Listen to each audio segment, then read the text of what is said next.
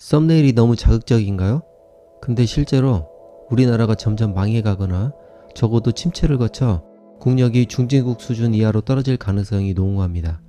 지금이 대한민국의 최정점기일지 몰라요. 근본적 핵심 이유는 출산율 저하와 고령화 때문입니다. 수많은 매체에서 저출산율의 문제를 다루고 있으니 여러분도 어느 정도 아시겠지만 막연하게 생각하는 분들도 많을 거예요. 이게 얼마나 젊은 사람들에게 심각한 문제인지 이미 제가 예전에 올린 영상이 있습니다. 그거 한번 꼭 보시고요. 오늘은 이 저출산과 고령화에 따른 또 다른 문제점을 얘기해 볼 거예요. 우선 우리나라는 천연자원이 없는 나라죠. 한번 떠올려 보세요. 우리나라에 돈 되는 자원이 나는 게 뭐가 있을까? 경쟁력 있는 자원이 뭐가 있지? 없어요. 지하자원을 볼까요? 금은 이미 일제시대에 캘 만한 건 다 캐갔고, 석탄도 이제 신재생 에너지와 ESG 경영이 중시되는 미래사회에 그리 가치 있는 자원도 아니고, 교과서에서 배웠던 텅스텐도 어때요? 중국 등 자원부국에서 훨씬 저렴하게 생산해버리니 폐광됐죠. 다시 알몬티라는 외국 업체가 상동광산 채광을 재개한다는데 과연 채산성을 맞출 수 있을지 모르겠네요. 뭐 잘 생산된다 해도 우리나라의 경제에 큰 기여를 할 만한 비중은 못 되겠죠. 그렇다고 우리나라가 땅덩어리가 커서 대규모로 작물을 경작할 수 있는 경쟁력이 있는 것도 아니고, 우리나라의 경쟁력은 뭐죠? 그렇죠. 누구나 알다시피 인력. 사람들 열심히 교육시켜 이 고급 인력들이 국제사회의 경쟁 속에서 기업을 일으키고 경쟁력 있는 제품을 수출하고 그래서 먹고 사는 거죠. GDP에서 수출입이 차지하는 비율을 나타내는 지표인 무역 의존도가 우리나라는 얼마나 될까요? 무려 70% 정도입니다. 수출입 못하면 우리나라 GDP가 반에 반토막 난다는 소리죠. 근데 거의 유일하다시피 한 경쟁력 있는 자원인 인력이 심각한 위기입니다. 출산율이 떨어지고 고령화가 진행되면 뭐가 문제일까요? 다양한 것이 문제겠지만 이미 제가 올린 영상 거기에 다 담아놨으니까 위에 링크 떠요. 그거 보시고요. 오늘은 그 외 다른 거 말해볼게요. 어떤 분은 미래엔 로봇, 인공지능 등 이런 게 발달하니까 사람들 일 안 해도 물품을 생산할 수 있다고 생각합니다. 그럴 수 있죠. 문제는 다른 나라와 경쟁을 해서 앞설 수 있는 제품을 만들 수 있느냐가 문제죠.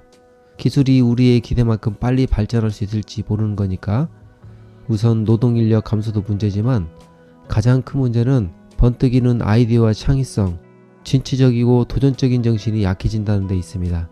사람은 늙으면 보수화됩니다. 변화를 싫어하고 새로운 것을 배우는 걸 싫어하고 수동적으로 됩니다. 일부는 안 그렇겠지만 보편적인 경우를 논하자고요. 일상생활에서 자세와 생각뿐 아니라 정치적인 성향도 보면 알 수 있죠. 지금 60대 이상 굉장히 보수당 지지자들인데 이분들이 청춘이었던 시기에는 민주화의 바람이 불 때였고 한편으로는 열심히 산업을 일으키던 분들이에요. 굉장히 진보적인 마인드를 갖고 있던 세대란 말이죠. 근데 나이 들면 변합니다. 변화를 싫어하고 지키는 게 좋은 나이가 됩니다. 어쩔 수가 없습니다. 그게 노화라는 현상입니다. 앞으로 산업 경쟁력은 갈수록 떨어질 수밖에 없는 겁니다. 2023년 현재 대한민국의 중위연령은 벌써 45.6세예요. 근데 앞으로 40년만 지나면 중위연령이 60세를 넘게 된다고 합니다. 세상에나. 지금은 은퇴할 나이가 대한민국의 중간 나이라니 벌써부터 뭔가 잘못되고 있는 것 같지 않나요? 근데 이게 현재 예상보다 더 급격히 빨리 도래할 수 있어요. 왜냐하면 출산율만 감소해서 아이들만 줄어드는 게 아니란 말이죠. 평균 수명은 계속 늘어요. 이게 뭘 뜻해요? 노인 인구는 계속 쌓인다는 뜻이죠. 근데 노인들은 건강하게 오래 사나요? 아니죠.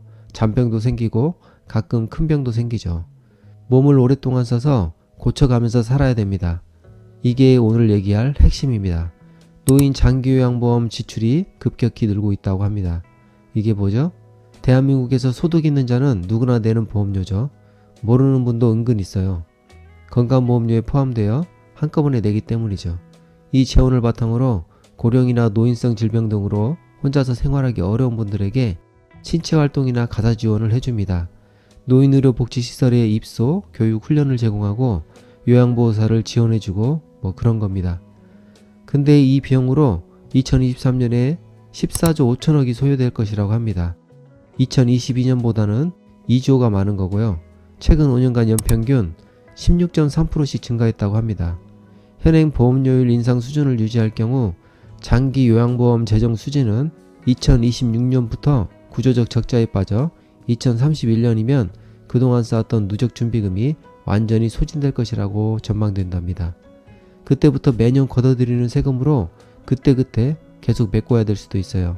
출산율 1명 이하로 떨어진 상태에서 성장한 아이들이 생산활동을 하게 된 시기도 아니고 지금은 나름 출산율 괜찮았던 세대들이 생산활동을 하고 있는데도 이 지경인데 현 0.7명인 출산율로 태어난 아이들이 경제활동할 때 노인들의 장기요양보험 지출은 어떻게 감당해요? 상상이 안 됩니다. 노인 장기요양보험료 뿐만 아니라 고령화로 건강보험료 지출액도 급격히 늘고 있잖아요. 참 문제가 심각합니다. 이 보험제도가 그때도 계속 지속 가능할지 모르겠지만 지금 태어나는 아이들은 나중에 사회활동할 때 세금을 도대체 얼마를 내야 할까요? 지금 애 낳기 힘들다고 미래세에 엄청난 짐을 지우는 거 아닌가 모르겠습니다. 아마 조세저항을 할지도 모르죠. 어쩌면 젊은 층들의 해외 이주이 심각할지도 모르겠습니다. 어떤 보도에는 대안으로 이런 얘기를 하더라고요. 애초에 노인 부양을 국가가 다 책임지는 건 불가능한 시나리오다. 가계에서 노인의 부양을 책임지고 국가는 일부 보조적인 지원을 해야 한다고요. 이건 현실을 모르는 소리죠. 지금 결혼하지도 않는 사람, 결혼해도 애 안 낳는 사람들이 이렇게 많은데 이들이 노인 됐을 때 가정에서 어떻게 부양을 해요? 아무도 없는데. 그리고 자녀가 있다 해도 요즘에는 어때요? 부모 부양하겠다고 생각하는 사람이 많지 않은 세대입니다. 경제구조와 사회 분위기가 그렇게 돼버렸어요. 출산율의 급격한 추락, 세계에서 유례를 찾아볼 수 없는 0.7의 숫자가 말해주는 건 한마디로 공포입니다. 근데 여러분 희망을 가지세요. 이게 영원히 이러진 않을 겁니다. 지금 0.77명의 출산율이 0.5가 되고 0.3이 되진 않겠죠 설마. 인구가 2070년엔 3,700만 명 정도 될 거라고 예상된다는데 인구 밀도가 감소하면 출산율이 좀 늘지 않겠어요? 못 사는 나라일수록 출산율이 높은 경향이 있다는 비빌 언덕도 있습니다. 그런 의미로 지금 0.7에 태어난 2023년의 아이들이 노인이 되는 2090년 또는 2100년까지만 참으면 될 것 같습니다. 그 사이에 계시는 분들은 어떻게 하냐고요?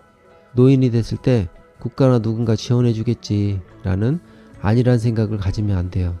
각자 도생한다는 각오로 살아야 됩니다. 본인이 노인이 됐을 때 필요한 경비는 젊을 때 다 모은다는 생각으로 사시기 바랍니다.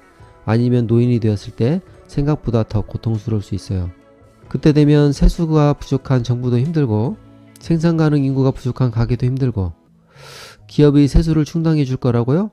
말했잖아요. 인적 자원에 의존하는 대한민국에서는 출산율의 급격한 저하와 고령화로 기업의 활력과 경쟁력이 떨어져서 세계에서 경쟁에서 이길 만한 제품을 내놓기 힘들어질 수 있다니까요. 물론 2100년 정도에 적은 인구로 안정화된다면 그때의 문화와 교육 체계로 네덜란드와 같은 강소국으로 일어설 수도 있을 겁니다. 그렇지만 현 세대가 노인이 됐을 때는 힘들 겁니다. 여러분, 각자 도생의 각오로 사는 겁니다. 안주하지 마세요. 화이팅! 말은 이렇게 했지만 하루빨리 출산율이 회복됐으면 좋겠네요. 이러려면 정치의 역량이 제일 중요한 것 같은데 이상입니다.